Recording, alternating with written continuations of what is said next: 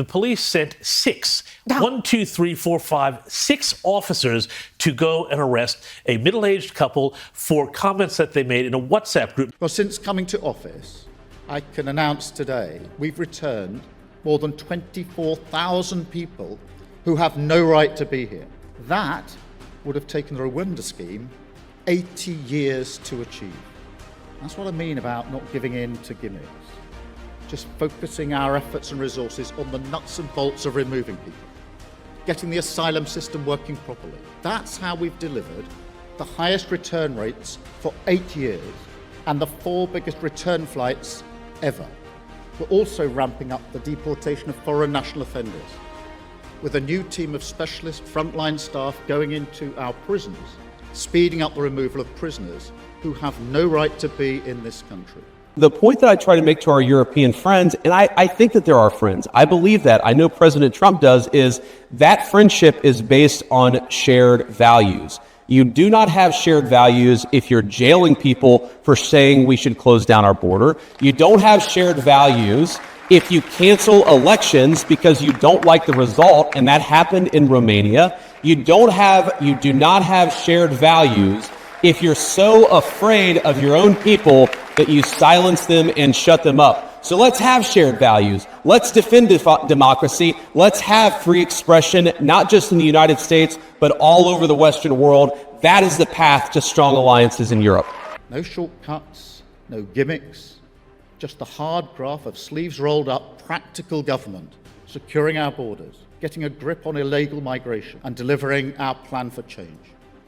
Well, we were showing the Benny Hill British Police Force, but the truth is, of course, stranger than the comedy. This weekend, we've had the UK police arresting James and Rita, a dad, for comments that he made about his 9-year-old girl's school teachers on a WhatsApp. Yes, this couple were held in a cell for 11 hours, arrested in front of their crying children. Would you and Jane and Pickle ever move abroad? I mean, I've got no plans to. I'd never say never. There's no reason I wouldn't.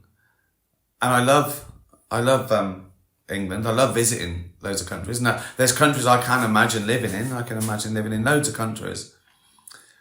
And the winters would, unless something really, really bad happens and, you know, society goes to hell and we have to get out.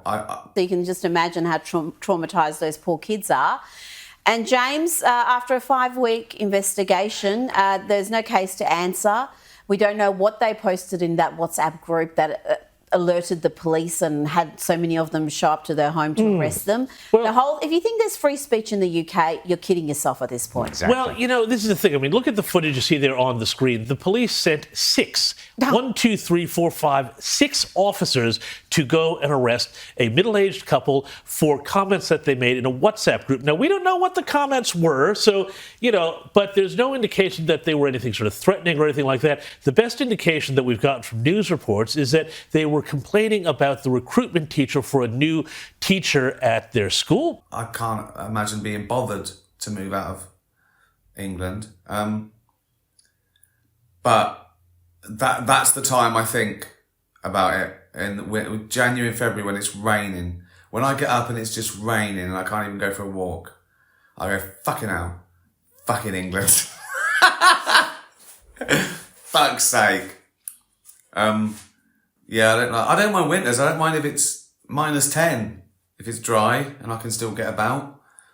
You know, loads of nice countries that are crispy and sunny and covered in snow and -10.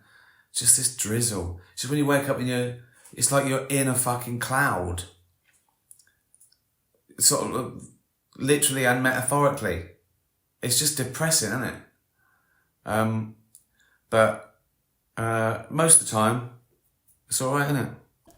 We also know that the couple, that their eldest daughter at the school does have some epilepsy and neurodivergence issues, and they were not allowed to meet with the school to talk about these medical issues. So it sounds like these parents had a real grievance. But the fascinating thing here, well, fascinating but also chilling thing, is the way the UK has now become this sort of place where it's a real dystopia. You know, the cops knock on your door for saying the wrong thing online. And for the country that supposedly gave us free speech, that gave us the Areopagitica, which gave us all of these great defenses of liberty, to now be in this place where they charge you with a non-crime, hate crime or whatever, and the process is punishment, I think it's a disgrace. Well, also, James, you say that we don't know what the crime is, what they said on that WhatsApp group, but nor does the guy who's being charged. Correct. Yeah. The police wouldn't even tell him what he'd actually said that was wrong. But it was I mean, that's something terrifying.